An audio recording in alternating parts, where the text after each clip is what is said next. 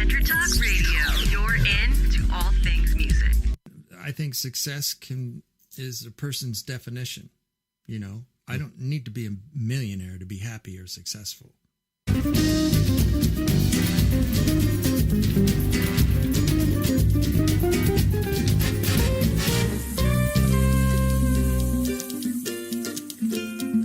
Welcome to Making It with Terry Woolman, the show that explores the secrets, successes, and strategies for making it in the music biz. And now, here's your host, Terry Woolman.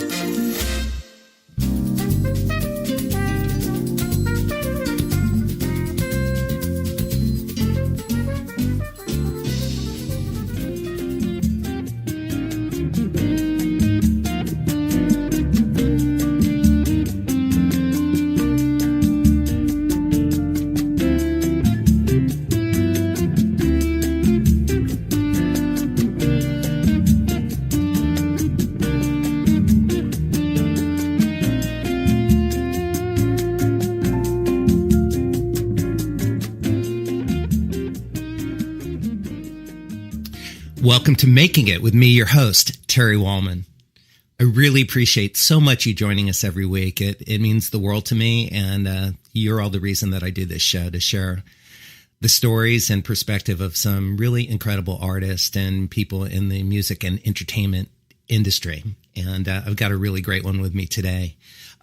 And actually extra special because in my studio, we're together today. So we don't always get to do them face to face.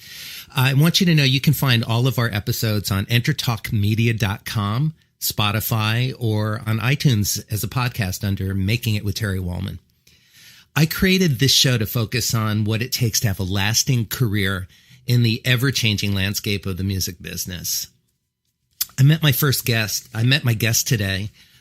Back in the early 80s, and we'll talk about that, but it was kind of a random meeting that led to a lifelong friendship. And my guest today is guitarist, music director Kevin Chokan.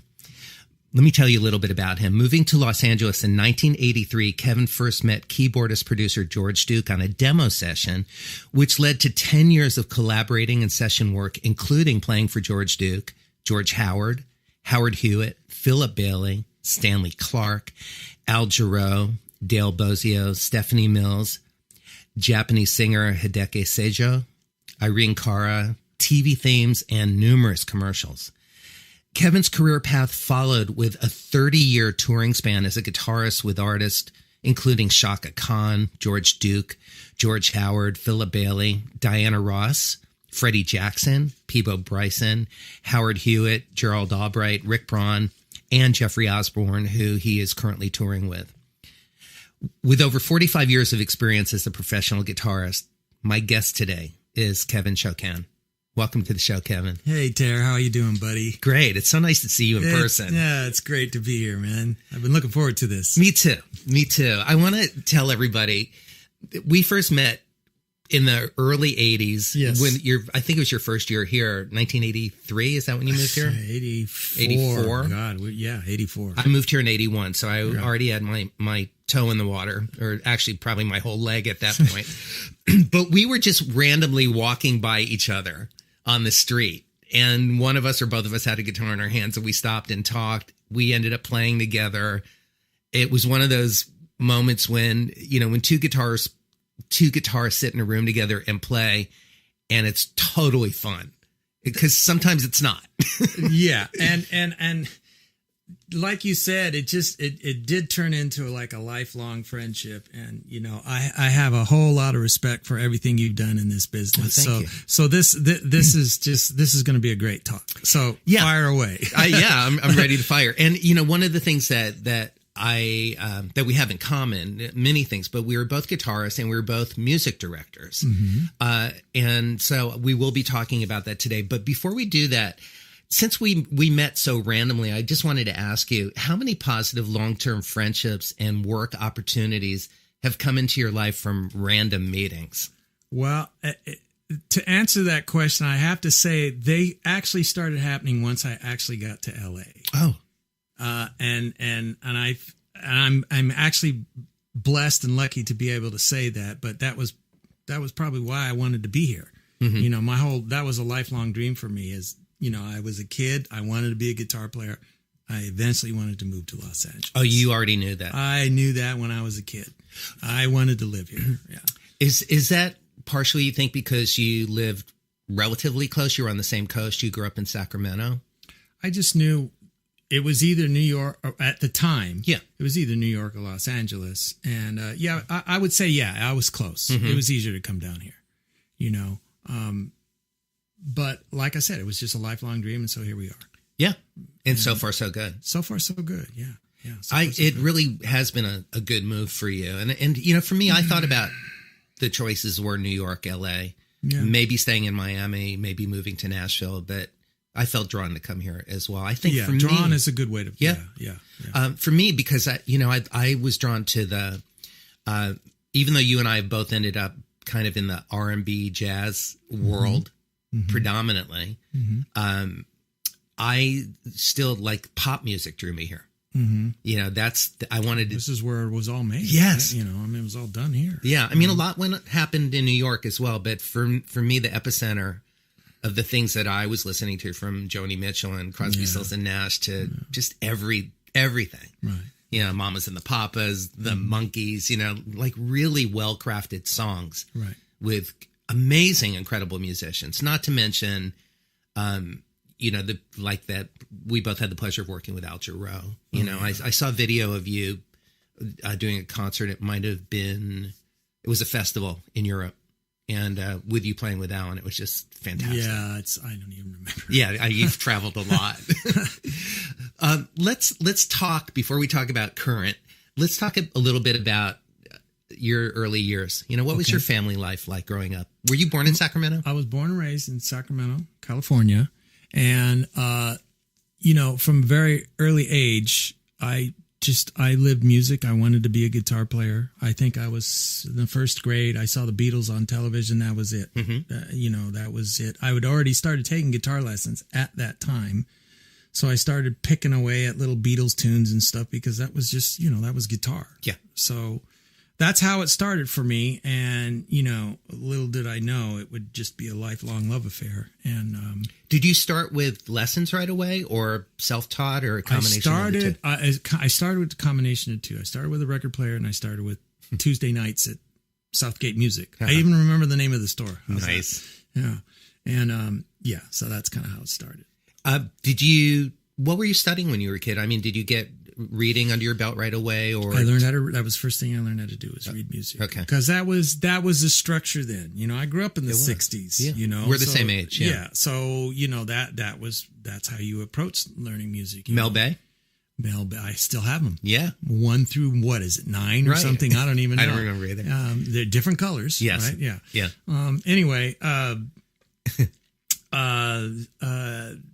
that's pretty much how it all started. But yeah, growing up, listening to guitar players, what they were playing in the songs, not so much the songs themselves. Right. The parts. That's why I like those old Eagles records and stuff were so fascinating to me, because you listen to those guitar parts, they're just so well done. Every one of them. Tones, I mean, top to bottom, just well done. So that's how it started.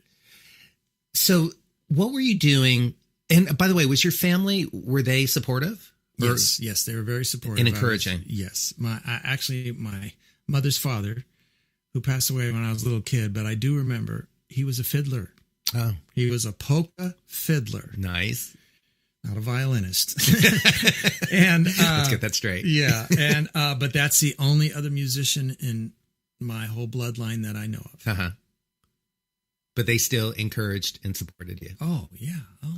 I mean, they still come to shows. They must really be proud. And they're elderly, and they still come. Yes, yeah. They're, and I'm proud of them too. Nice. The feeling goes both ways. Yes.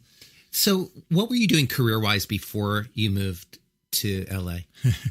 I was playing in a band, playing in clubs 6 nights a week, and trying to wake up and go to school in the morning. And my dad said, if you can't get up, we're done. Yeah.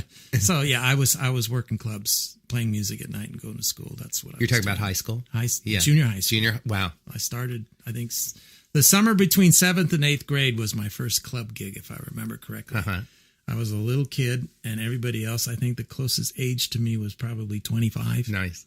Yeah. They were all my older brothers, Well, that leads to a question that I was planning on asking you, which is, do you feel more at home on stage or in the studio, or is it both? That's actually a good question. There's no difference to me. Huh. I think I'm just comfortable with a guitar. Right. If that makes good any answer. sense. No, it does make a lot of sense. And wherever that might be, And I'm asking in context of that even though you have a lot of record credits and recording credits and you're really good at that, you have been fortunate enough to be a very steady touring guitarist with some pretty major artists as a music director and as a guitarist. Yeah. So far so good. Yeah, like we were saying earlier. But you have logged a lot of flight time, on stage. American Airlines loves me. Yeah, I'm sure they do. Yeah, I think I'm hitting 3 million miler this year or something. For real? Yeah, that's great. I know.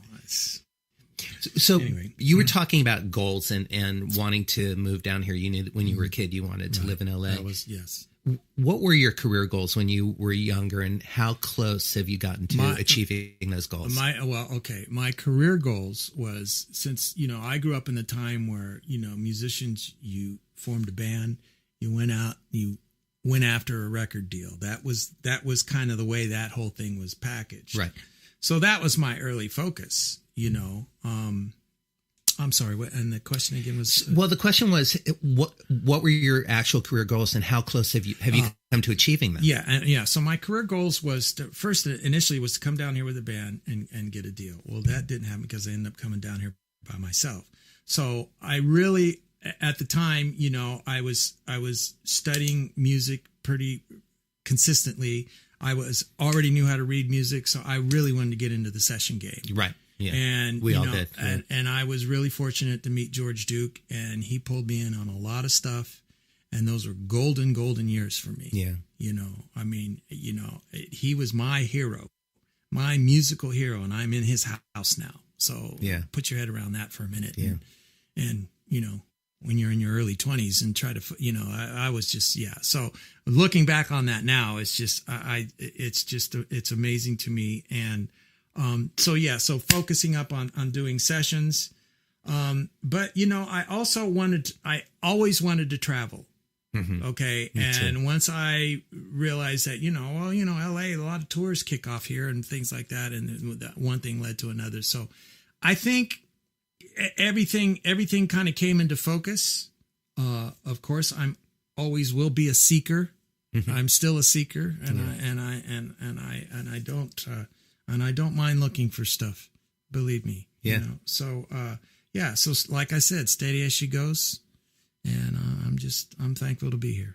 And how did you meet George? Who made that introduction?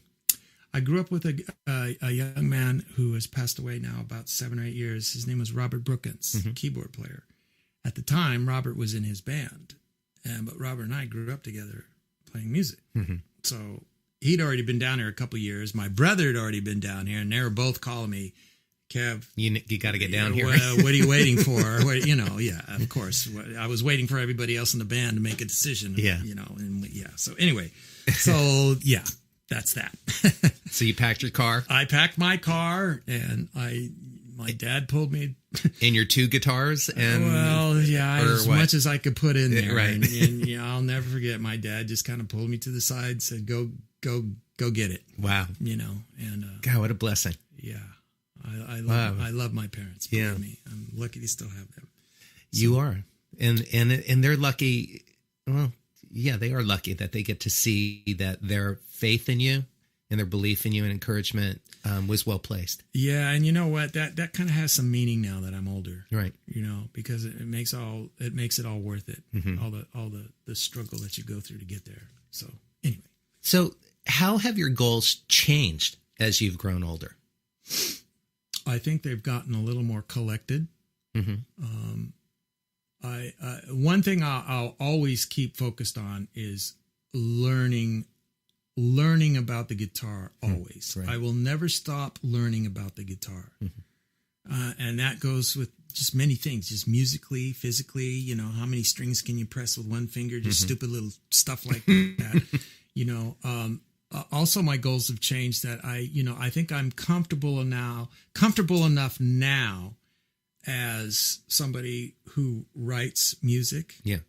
I'm comfortable now that I think I want to do a guitar project.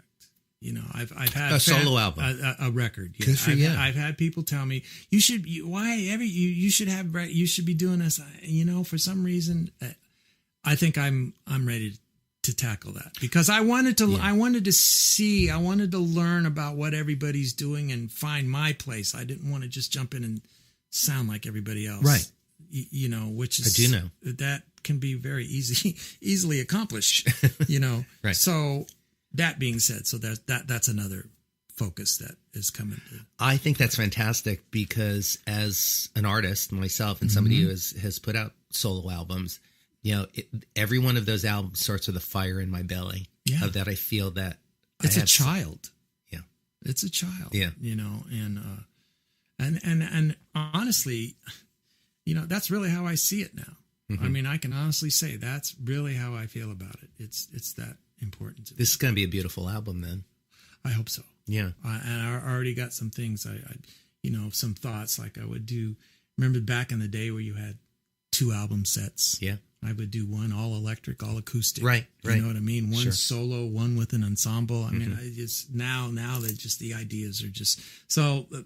Fortunately, I've been blessed enough to put a studio together and stuff, so I can take my time and put that together. Right. So. I was just going to mention that you have a studio and you've had a studio for a long time, and I was wondering if that's something. Was there a big learning curve for you, or are you kind of are you a natural? It was a learning curve for me just because of the transition from analog to digital. Yes. You know, I mean, we're guitar players. We just reach down and turn a knob. That's right. You know. Yeah. Sifting through pages and parameters and all that. It's like, oh, what happened to the volume knob? Right. You know what I mean? I do. I only know 1 to 10. Right. I'm kidding. But well, I know you're kidding because I know that you have actually really embraced technology as not just as a studio owner and engineer, but as a guitarist using digital modeling amps. Yes, as well as combining them with your vintage instruments. Yeah, I've braved the digital realm here. Let's just put it that way. And amongst the ongoing argument, you know, on analog versus digital, you know, in guitar player land, yes, that's a very legitimate argument. But I will tell you this: 90% of the guys that are out there now are not using guitar amps; they're going direct. Right. And that whole thing it's a matter of programming and sitting down, and you got to find the sounds you like, no matter what you're plugged into. Is my kind of thing. Yeah, I mean, it could be a nice old amp. It could, you know, it's there. Right. It can be there, but you just got to get it. So right, and then you need to have the experience, enough stage time going direct that you really understand how to tweak it so that it actually lives. There's the trick. There's the trick. You need to go back and forth, trial and error. I back and forth to the hotel room, back and forth when I'm home. Okay, I got a whole row of patches. I got 10 new patches. I'll try this weekend. Right. I sat down with our monitor guy, our front of house guy. Okay, tell me what talk to me EQ wise. Well, the first thing always out of the box for me, it was too boomy, too bassy. Right. But when I'm programming in my room over headphones or in the studio, sounds great. It sounds fat and nice, right? So you got to learn how to translate. Right. But at a festival, it translates as boomy. Amongst other things. so that's just a broad-based example of how you can get tangled up in that. Right. But you can find your way out of that hole. Yeah. And that's just kind of what gets you over that hump. Mm-hmm. You know, that's how it happened for me. Yeah. You know, and now I love it, dude. I'm up and down in 5 minutes. Well, that's the reason that you've made that switch instead of, you know, specifying which particular tube amp you want and dragging your pedal board around the world. Touring, you know, I can break it down into two categories. One fully equipped and one you're on your own. Right. Fully equipped, you got a guitar tech, you got people handling your stuff. Bring your wares. Yeah. But when you're carrying this stuff on the plane and flying to and from festivals up and down, half the time no sound check. Right. You want something you can plug in and know what it's going to sound like. Yes. Not have to find it. Right. And to me, that is very valuable. Yeah. And it's gotten to the point now where I know that I'm using a Roland GR55 to be particular about it. There's a few other things out there. I went that route because at the time I needed to have synth capabilities as well. Right. I needed to play flute parts and things because, but it has great guitar modeling in it as well. That's pretty much that. Right. And you are not kidding when you say that you have 5 minutes, because for those you listeners that are with us today, if you haven't played festivals, you basically have a line check. It literally is 5 minutes, and learn how to see in the dark and hear in the dark. Right. It can be done. Well, it also allows you within that very precious 5 minutes, instead of asking for more for yourself regarding your guitar tone, you can say, can I get a little more kick and more of the lead singer, please? I don't think I've asked for more guitar in years. Yeah. Right. I mean, it's always there. It's right. You get what you mean. I probably said, isn't that a little loud? I'm kind of hearing myself in the house right. like a lot. But no, it's I like it. Yeah. I like going direct. So would you say that you're more of a planner, or are you more wait and see kind of guy? See what happens. Like if you had a life plan. Okay. I say now I'm more of a planner. You are. Before I was more of a wait and see guy. I think that's youth and age, right? Yeah. And by the way, I've never asked anybody that before, but when I was thinking about our conversation, that question came to mind, knowing you. Oh, yeah. I don't know why, but. Well, hey, like I said, we can talk about whatever you want, right. dude. Yeah. My old friend. So you used to be more by the seat of your pants, or you're just you were driven and focused, but you didn't really have an example. a plan. An example is like, okay, we need to know these 10 songs, and it'd be like, I'll learn 8 of them. The other 2 will come to me. And back then, you could pull that kind of stuff off, right? Until you can't, right? Then that one time comes where you go, oh, okay, wait a minute. You learn from that. That's right. Yeah. Note taken. Yeah.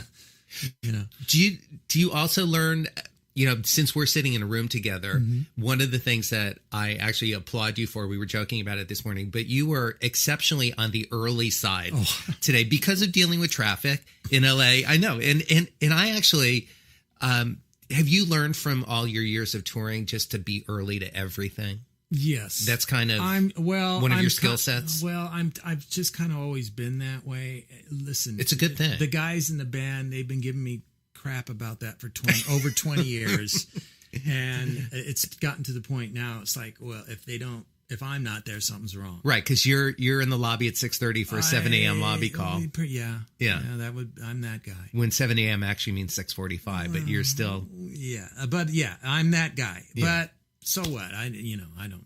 I actually think that serves you. I look at that as a quality, because in maintaining work, I think one of the things, you want to show up and be a great musician. You want to also be a great hang, somebody that people want to be with. You just can't be late more than once. That's right. I mean, you just can't do that. Yeah. Sorry. It just. Yeah. I've seen people get fired from tours. Yeah. For, missing the bus and putting everybody out. Yeah, and they've had to get themselves to the next, venue, and then they're gone. They're replaced. No, you got to. It's just professionalism. That's right. Be on time. Yes, not that complicated. Yeah. So on a personal level, let's talk about just sort of a broad stroke: relationships, personal relationships, staying healthy, and continuing to grow as a musician. Sure. We've already been talking about your growth as a musician. You have a curiosity that continues. You like myself, we're in a lifelong pursuit of having a more intimate relationship with our instrument and seeking that musical information to just what's out there. What can I hear? What can I grab? So anyway. So what about personal relationships, like marriage, kids? Well, I never I never wanted to be married. I knew that as a kid. Even though your parents had good marriage, or not? They've been married for close to 70 years now. So it's, and I wanted to be a guitar player. I wanted And you to thought be that a guitar it was one or player. the other. I knew it was one or the other. Okay. I to answer that question, yeah, I knew for me it was one or the other. Right. As I progressed through life, I've had relationships. I've had steady girls and things, and it's just, it just always comes to the same place, and so to answer that question, I've always been focused. I'm a career focused person, and marriage and a family just is that's just not for me, right? But I'm good with that. Well, it sounds like that's kind of a healthy. It's a healthy perspective because you are good with it. Yeah, I'm fine with it. It's a choice that you have made and continue to make. Yeah, you can always make a different choice. Yeah, it's just really not on my screen right now. Right. So, yeah. But you're a happy guy. Oh, I love my life. Yeah. Right. How early was I today? I was so happy. I'm so happy. I'm it's 3 true. hours early. That's right. No. Yeah. So health. Yes. Yes. There's a 2-part question. What do you do to stay healthy on the road? Because it's difficult, or it's not difficult. It's just something you need to learn to do and make a priority.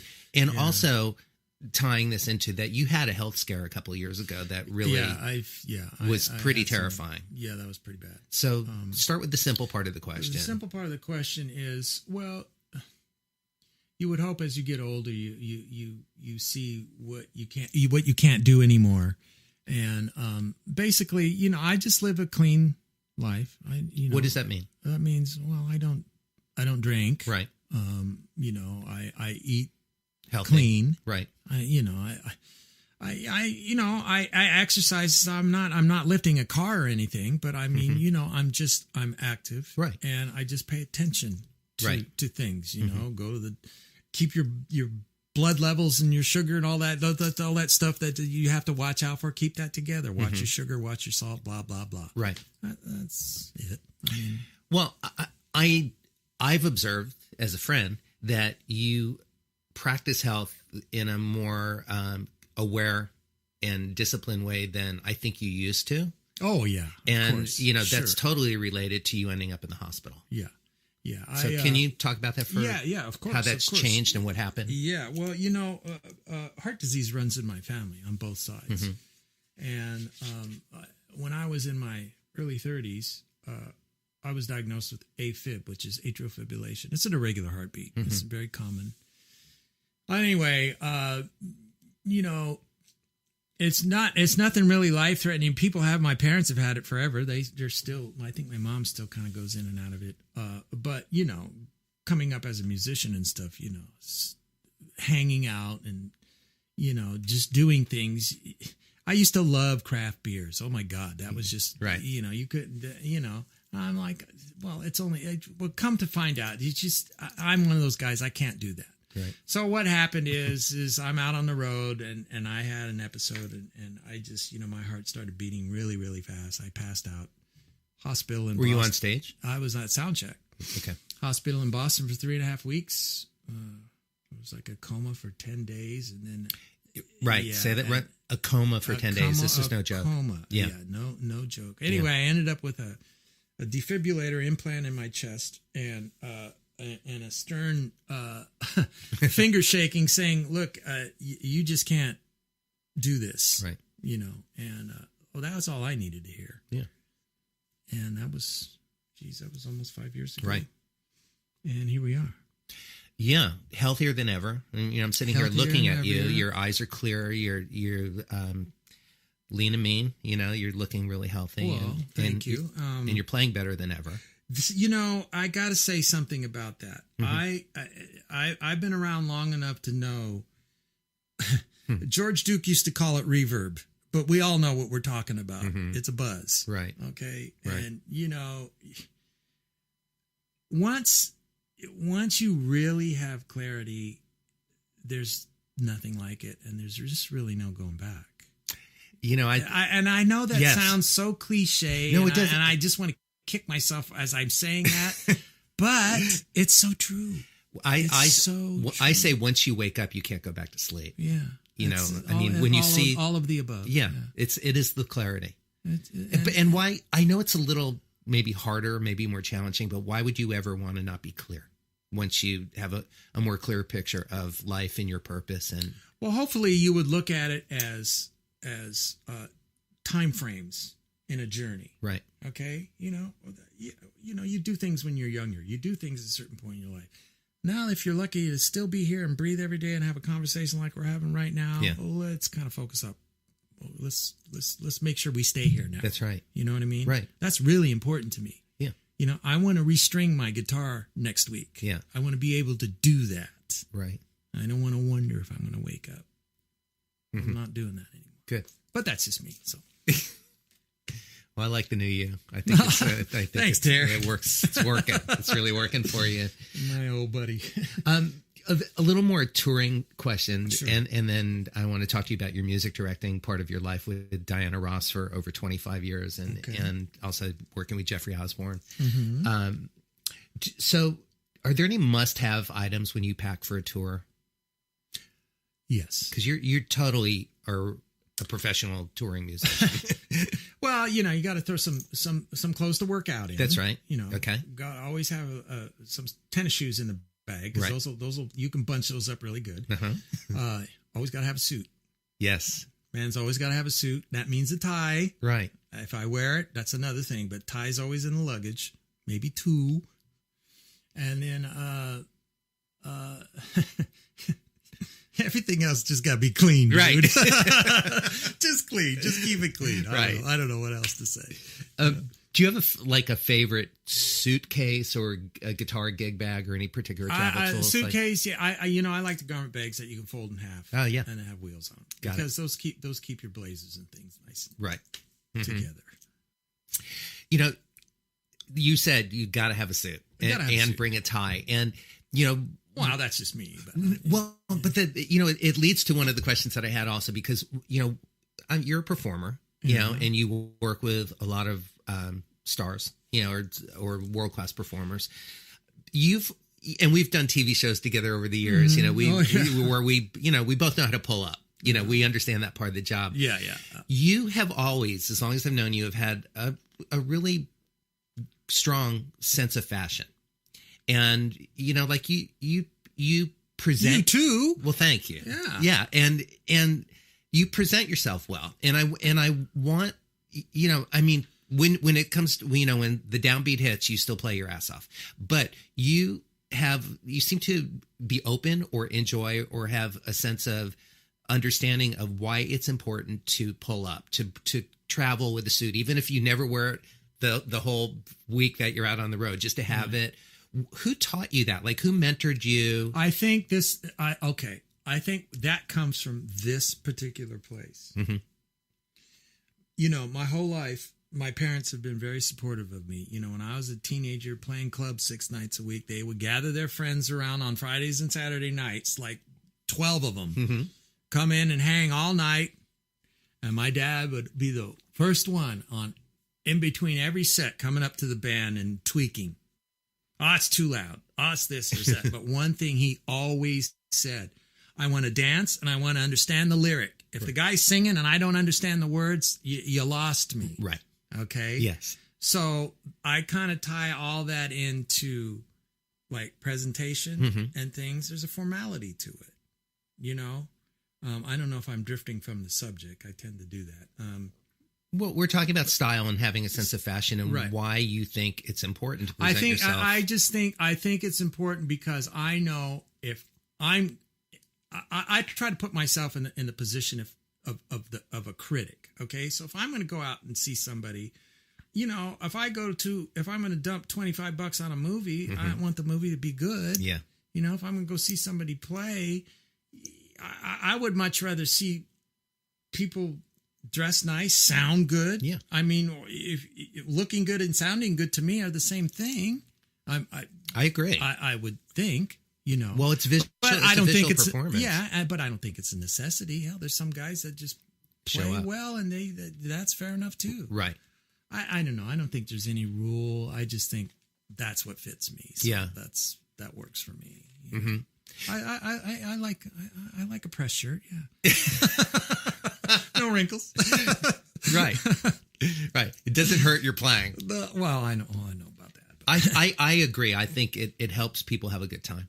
It shows your respect to your audience and to your polish is always nice, right? It's just nice. It's, years ago, one of the tours that I did was with Wilson Phillips. Back in the day. Yeah. When they first time around. When they first started and were on top of the charts. And I was music directing. Jonathan Moffat was our drummer, and Jonathan was always he's a fashion plate. That's right. Oh yeah, and plays like nobody's business. He's one of the world's greatest drummers. And for those who don't know, Michael Jackson and every Madonna record and all the other people, that he's worked with. Yeah. And Jonathan told me when we were going out on the road, when we were getting ready for the tour, he said, make sure you bring, and he gave me this extra list, like brings just some extra stuff to look good from the bus to the dressing room. And I said, why? And he said, because you are always representing your artist and you're always representing yourself. Mm-hmm. And you never know when there's going to be a film crew, walking out, and you want to just present yourself in the best light always. The first time I found it really interesting. Yes. And to that point, the first time I ever went to Japan with George Duke was in the early 80s. Mm-hmm. And I remember I had never been to Japan before. This is my first time over there, and we got there, long flight, you know how it is. Yeah. And then that was a travel day, so that night we all met down in the hotel lobby for dinner. Right. To get it we were going to be out for a couple of weeks, so we were going to try and tell us what was going on for this particular tour. George, the whole band, everybody's down there. And I come down there with a blazer on and, sure, jeans and shoes. Yeah. And everybody's just tired from the flight. Yeah. And some of them looking at me and say, Kevin, why are you so dressed up? And George Duke stood right up in front of everybody and said, hey, a man always dresses for dinner. Nice. And just shut it down. And I went, what he said.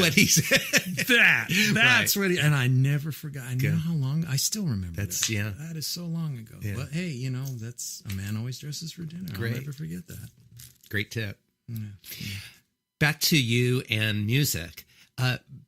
I'm definitely going to lead to your work with Jeffrey Osborne, which because you've been playing with Jeffrey for a long time, but you toured worldwide with Diana Ross for 25 years as her guitarist and her music director. I was her MD for the last 15 years. Right.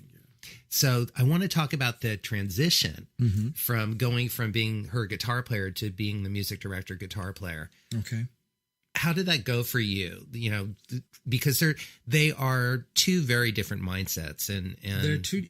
Yeah, they are two different mindsets, and in my particular situation, it was something that was kind of envisioned coming along, because the musical director that I replaced, his health was starting to fail, and things are going. So I kind of seen it coming, right? So that kind of the shock value wasn't. It wasn't just like a bunch of stuff just dumped on you and you're overwhelmed. Right. Because it can be very overwhelming. It can. Believe me. Yeah.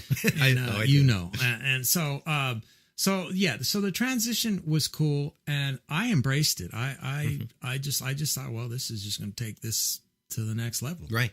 Guitar player, and now kind of just, making a call on things. And did it feel natural for you? What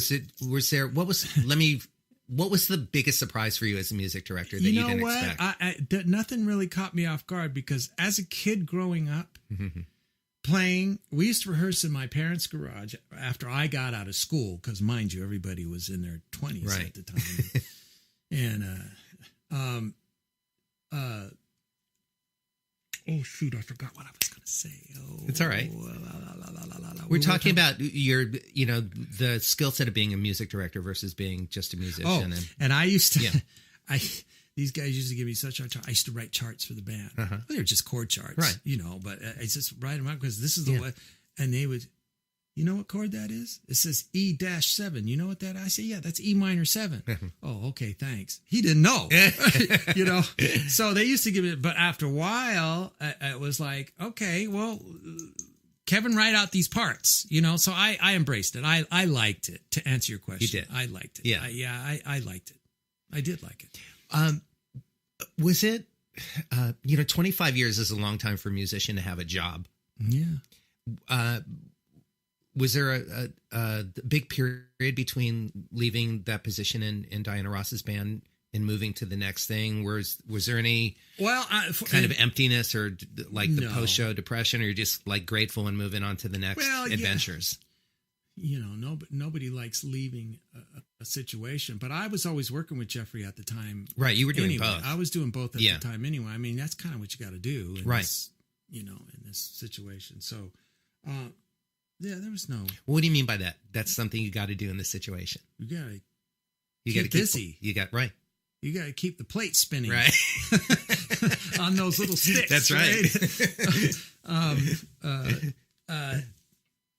Yeah, I forgot what it was. Yeah, so we're talking about transitioning out of having a 25-year-long position, right, in a world-class touring band. Right. And going, and then moving to that. It was just you were on to. It was on to the next. Right. Work one is door work. closes, another one opens. Yeah. Go there. Well, let's talk about the door that opened. You went more full-time into working with Jeffrey. I know you were already doing a lot with him. Well, I was doing a lot with him, and we were doing a lot of records together. He was pulling me in, and some of the other guys on the projects, and then now it's just now that I have the studio and I'm writing a lot, I kind of like this. Jeffrey, we work. We don't really tour, but we work steady, right? Which leaves me the time and the affordability to stay in the studio and write and do what I do. So, well, and you've been writing. We'll get back to Jeffrey in a moment, but because you're talking about writing, you've been writing for music libraries and other projects for a long time. I started doing that a while back. Yeah, probably sometime in the early 90s. But see, back then, I was so into touring and stuff. I just thought, this is something fun to do, but I really wasn't that focused up on it. But now I, I'm paying attention to it a little more. Right. And of course, the climate has changed. I mean, digital, analog, blah blah, all that conversation. But it's changed in that I don't usually use the word competitive because I don't really think about that. I think there's room for all of us. I think so too. I agree with you. And I've always embraced my other guitar player friends and producer friends. And, absolutely. Absolutely. And their wins are my wins. And, absolutely. We all collectively come up together. Absolutely. Having said that, the way the music business has shifted, it's harder in music libraries or in film and TV. Oh, it's it is so crowded. Yeah, it's a crowded freeway now. And so how do you get your work? Like, are they just long contacts, or do you write and then see where things will fall? Well, that's kind of a hard thing to answer because that could change. I mean, next month I'll have a different answer, right? Because that's just how the field changes. Mm-hmm. So how to even elaborate on that? I don't know. Okay. So when you write, when you've got your couple days off in your home and writing, which you do a lot. I mean, you sequester yourself in your studio and you're very focused about it. Yeah. I'm the same way. And I really respect that in you. Do you often target for certain libraries? Do you say, I'm going to go down the acoustic road for a bit or play some dobro? Yes. And then sometimes there's things that come, we're looking for this, an example. Okay. Oh, we need something like that. And now there's some other things writing wise that are coming up. I have been talking to Jeffrey and he wants to maybe pen some things together a la acoustic guitar wise. We'll see what develops from that. So, as far as influences and focuses, I just, like I said, I just living that artistic daily lifestyle I just try to plug into all of that. That's really the only answer I have for that. And what's a typical day for you when you're not traveling? When I'm not traveling, I'm usually up about 5:36. Why? Because I want to get exercise and out of the way and get that done. I'll come back, have something to eat. I want to have gear on by 8:30, 9 o'clock in the morning. Right. So I get up that early to do what needs to be done. That could be cutting the back lawn or something. You never know. Right, You know? right. I mean, it could be anything. Right. Well, the beauty about getting older is it all becomes connected. Yeah, it is. Whether you're mowing the lawn or changing strings on the guitar or writing a song. It's life as a maintenance program. You know? I'm saying. Additionally, each of those other things that you do make you a better musician. Well, you would hope, yeah. I have found. Yeah.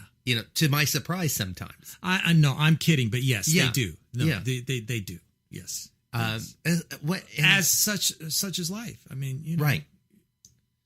Tying it all into living clean and, Right. Well, it's back to what you were talking about before, which is just being aware. Yeah. Yeah. I mean, it's just nice to get up and breathe. Right. Because there was a time where I didn't know if that was going to Well, happen. you almost died. Well, You did. I did, basically. Yeah. Right. According to them. Right. Thus the implant. Yeah. But anyway, here we are. Here we are. Yeah. And it's a nice place to be, isn't it? It is. It sure is. And you're not taking it for granted and you're not wasting it. No, and I'm like 10 feet from the ocean right now, too. So I'm just loving that.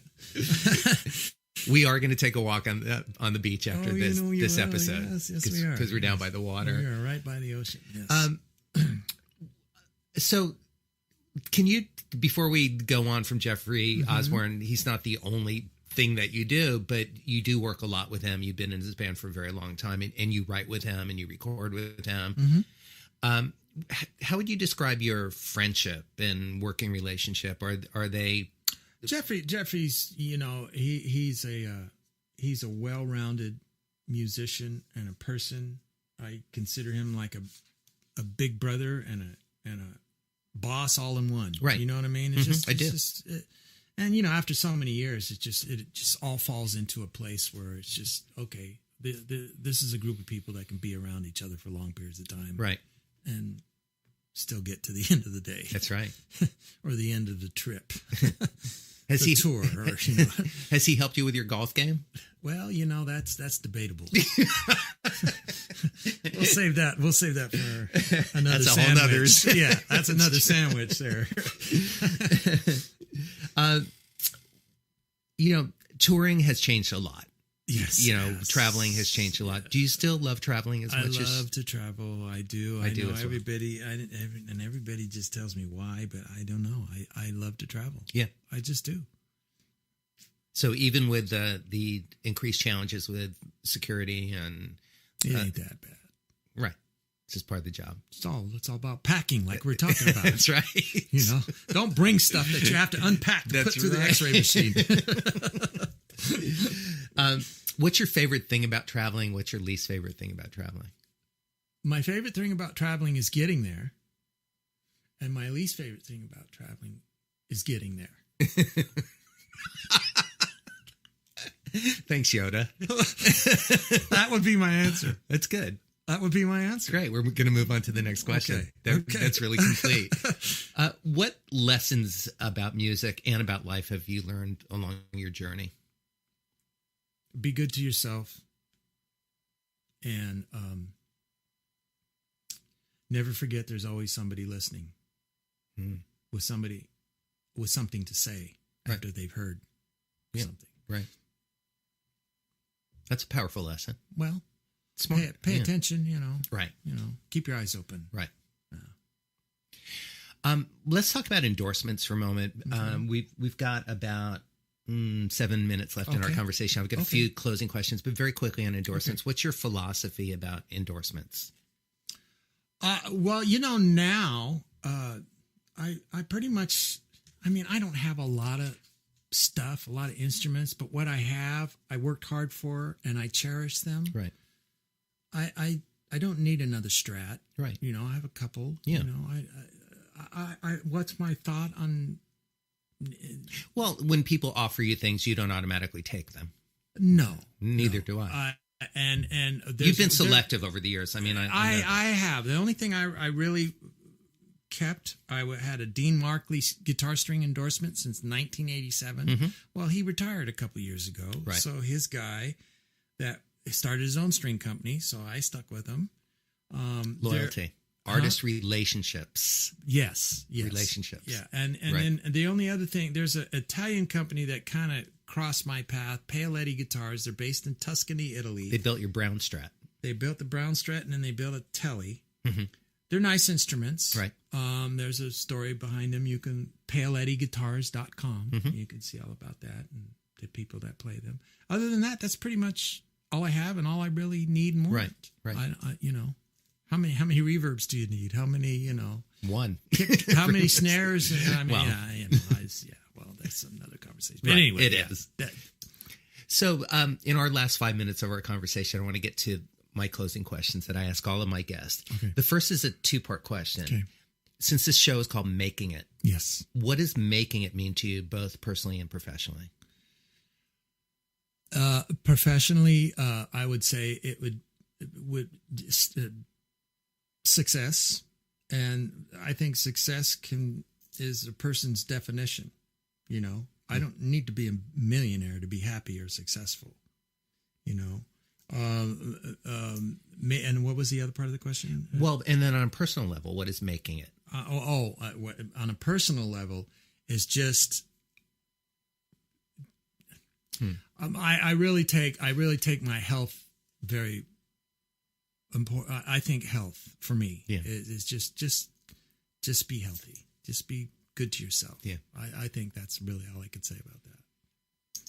That's great. Can you, the second part of the question is, can you share 3 tips for success that have driven your career? I'm thinking one of them is show up early. Yeah. Don't be late. Don't be late. Don't be late. Be in tune. Oh. And it might not be a bad idea to know how to read music to a certain extent. Right. Because that's opened more doors for you.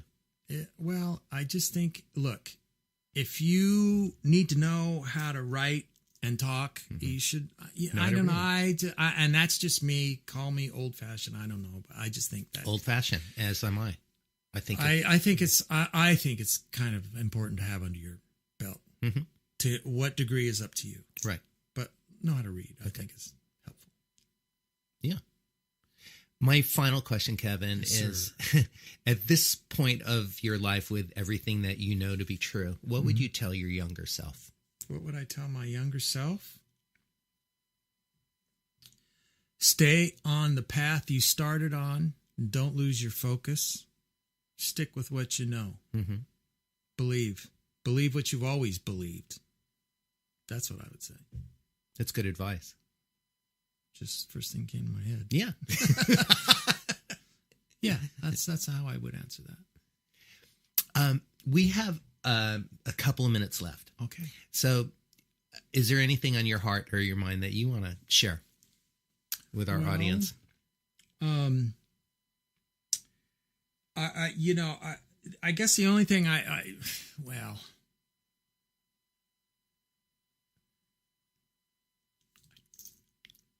That's okay. Well, I have a question for you. Yes, please. When I, as I do with each of my guests, regardless of how well I know them or don't, I research. Okay. And, Google and websites and things like that. Uh-oh. Yeah.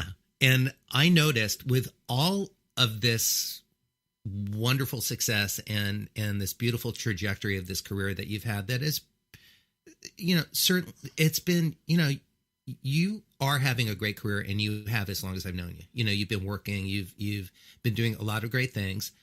I went to Google you, and I didn't find a whole lot about you on the internet. Oh, and right. So you had, I guess, the courts, held the records in private. All joking aside, I mean, at this point, you don't even have a website up. I know that you typically do, and you're reconstructing your website. Yeah, we're reconstructing. Yeah, basically, along the long story is my composing partner passed away right before the holidays of last year. So we're in the midst of putting everything back together. Yeah, so we are coming back for sure. So my question about that, and I'm sorry for your loss. No. Oh, thanks. Is that in this age where so many artists, especially younger ones that I work with, have such a strong social media presence, and they, they talk about or understand the importance of developing relationships with their their followers and fans and everything. Yeah, that's huge. You've managed to not put that much focus on it, and it hasn't seemed to really hurt your career. Yeah. And I'm fascinated by that. Well, yeah, but I don't know. There's probably an element of luck involved with that as well. But You think so? I do and I don't. I don't know. I don't think there's really one strong, solid answer for that. But I will say this: social media presence is very important nowadays, and that's a huge task to have accomplished, for this particular industry. Yeah. You have to have that under your belt, By the way, we are going to be posting your website so people can go back to it in the next couple of months and find you if they want you to play guitar or write and you can say the name of the website. It's, the website will be blazingcactusmusic.com. And where did that come from, that name? That was my composing partner's. His name was Mark Henderson, and that was the name of the company he started. Yeah. I met him through the library. When I started doing library music all those years ago, that's how I met Mark. Right. So nice. That's a long history there. Yeah. So that site will be back up again, and with your contact information. Everything will be up in a couple of as months. well. Yeah. In the meantime, where can people find you if they want to hire you? Oh, well, try Facebook. Okay. Yeah, I'm all over that. I know that for sure. And by the way, you're one of the few guitar players. I was going to make a joke, but you're one of the few guitar players that actually, if you were too busy to do something, you would actually think of recommending me and of course your other I would. friends. And you've done that in the past, and I've done that for you. Yeah, are you kidding? And I don't see that done enough in our community. Yeah, what's going on with that fellowship? I don't know, because in the drum community and in the singer community, there's a tribe, and people aren't afraid to refer. Well, we're going to have to just get tribal on everybody, Terry. I'm in. Yeah, we're going to have to do that. I am so in on that. So I think that's really important, and I've always appreciated when you've recommended me for things, and Absolutely. And it's always surprised me when guitar players don't do that. Yeah, I know. Well, we'll never. I don't think we'll ever find the answer for that. No, we won't. Or the sense behind it. But. Yeah. Well, again, Kevin, Chokan, and I, we're about to get tribal on y'all. We're gonna. Yes, absolutely. So, and by the way, to all of the rest of you, don't be afraid to recommend somebody if you can't do something, and you can recommend somebody who's as good or better than you. It just shows your integrity. Yeah, my dad would call that class. I would too. Well, Kevin Chokan, thank you so much for spending this hour with me. I really appreciate thanks, it. Terry. Oh, it's great, man. Thanks. It's been a blast sharing your story and your perspective, and I wish you continued great health and great success with your music. And you as well, Terry. Be well, my friend. Thank you, brother. And by the way, thanks everybody for joining us, and we'll see y'all next week. Have a great week. Take care.